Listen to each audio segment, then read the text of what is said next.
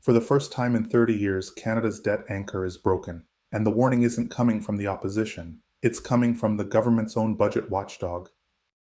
Canada's finances are on the edge of a cliff, and this week in Parliament, we heard just how bad it really is. Interim Parliamentary Budget Officer Jason Jacques didn't sugarcoat it. In a 2-hour grilling at committee, he called the government's fiscal path unsustainable and said unless Ottawa changes course immediately, Canadians are headed straight into an economic crisis. Welcome to the Northern Bridge, where we bring you global stories through an Afro-Canadian lens. I'm your host, and today we're breaking down why this hearing is being called a political earthquake and what it means for your family's financial future. While Prime Minister Mark Carney was off taking another trip, his own Parliamentary Budget Officer dropped what can only be described as a nuclear bomb.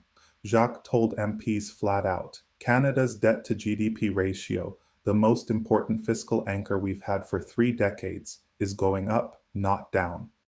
Think about that. For 30 years, every government, liberal or conservative, made sure that debt as a share of our economy went in the right direction. Jacques said, this is the first time since the 1990s that it's moving the wrong way. And he didn't mince words. He said, I think everybody should be concerned. It's certainly not sustainable.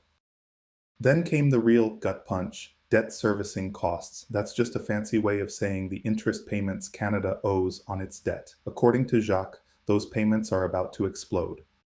Right now, we're paying around $53 billion a year just on interest. By 2030, that number will balloon to $82 billion. That's almost $30 billion more. Money that won't go to healthcare, education, or infrastructure. It will go straight to bondholders and banks. Put another way, debt servicing will soon cost more than what Ottawa spends on health transfers to the provinces. That means Canadians will be paying more to service yesterday's borrowing than to fund tomorrow's hospitals. Liberal MPs tried to spin it. They asked Jacques if Canada was still better off than some G7 peers. And yes, he conceded we're in a relatively better position. But then he delivered one of the most devastating analogies you'll ever hear in a budget hearing. It's like being 200 pounds overweight with 50% body fat. Sure, everyone else around you might be worse at 400 pounds and 75% body fat, but we're all still going to be hit by the same asteroid. That's not exactly a confidence boost, and when he was pressed further, Jacques was crystal clear. The most important word in our report was unsustainable. We didn't use it lightly. If you don't change, this path ends badly. This isn't abstract. An unsustainable budget trajectory means very real consequences. Higher borrowing costs, cuts to services, less room to invest in housing, healthcare, or job creation. And it comes at the worst possible moment. Canada has already lost 107,000 jobs in just 2 months. Youth unemployment is spiking. Our competitiveness has dropped from near the top of global rankings to the middle of the pack, and trade tensions with the US are only getting worse. So when you pile an exploding debt burden on top of all that, you've got a recipe for long-term stagnation and crisis. What makes this even more shocking is that Jacques isn't a partisan flamethrower. He's been at the Parliamentary Budget Office for 17 years, serving under governments of all stripes. He chose his words carefully. And if he's calling this fiscal path unsustainable, that means red lights are flashing inside Ottawa. But instead of facing the music, Liberal MPs kept trying to cherry-pick positives, pointing to our AAA credit rating or saying, at least we're not as bad as other countries. But Jacques wasn't buying it. When asked when Canada might see a balanced budget if nothing changes, he smirked and said, is that a trick question? Because under the status quo, it's not happening. Here's where it gets even more concerning. The International Monetary Fund has been warning governments worldwide to cut deficits and reduce debt, to batten down the hatches. Instead, Ottawa is sailing in the opposite direction, spending more and borrowing more. That undermines our credibility abroad.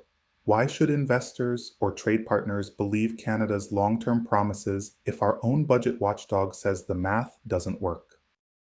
And remember, our largest trading partner, the US, is in the middle of a protectionist turn.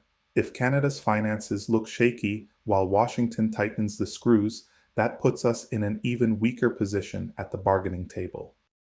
Jacques didn't just throw stones, he laid out the reality. To restore sustainability, Canada will need to either cut spending, raise new revenues, or grow the economy faster. None of those choices are easy, and the longer Ottawa delays, the more painful the eventual fix will be.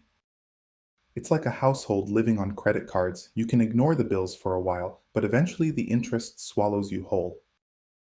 And yet, for all this, most mainstream outlets barely covered the hearing. No splashy headlines, no wall-to-wall coverage. If Canadians don't know their own government's fiscal path is unsustainable, how can they hold leaders accountable? That silence is why we do this work. When a government's own budget officer calls its fiscal path unsustainable, it's time to pay attention. This isn't partisan spin. It's a professional warning that Canada is on a dangerous path. Mark Carney came into office promising credibility and discipline. Instead, we're watching the first reversal of our debt anchor in 30 years and an interest bill set to balloon by tens of billions. This isn't about political talking points. It's about whether Canada will have the financial capacity to fund healthcare, education, and opportunity for the next generation. If debt servicing keeps crowding out everything else, we all lose. At the Northern Bridge, we'll keep asking the hard questions and holding leaders to account, because Canadians deserve more than spin. They deserve the truth about where this country is headed. Thank you for watching. Until next time, this is the Northern Bridge, Global Stories, Afro-Canadian Lens.